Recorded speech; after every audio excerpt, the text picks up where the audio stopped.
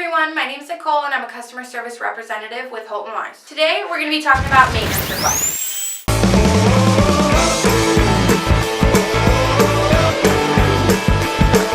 In order to make a maintenance request, all you have to do is give us a call, follow our automated prompts, which will take you over to our maintenance extension. It is important to note that this is not going to be a live person. You're just going to be leaving a voicemail and we will get back to you. You'll be leaving a message, and in that message we need you to include your full name as well as your full address with the unit number, or if you're living in a duplex, we need to know if it's going to be upstairs or downstairs. If somebody calls in and they leave us their maintenance request and they don't give us the unit number, it makes it a lot more difficult for us to be able to reach out to them and come and fix what needs to be fixed. Say it's an 80-unit apartment building. When you call and you leave that message, if you do not include your unit number, we are not going to know how to reach back out to you or what tenant needs work done in their unit. Finally, the last thing we're going to need you to do is leave your best contact phone number. Oftentimes, tenants will change their phone numbers and not reach back out to Holton Wise.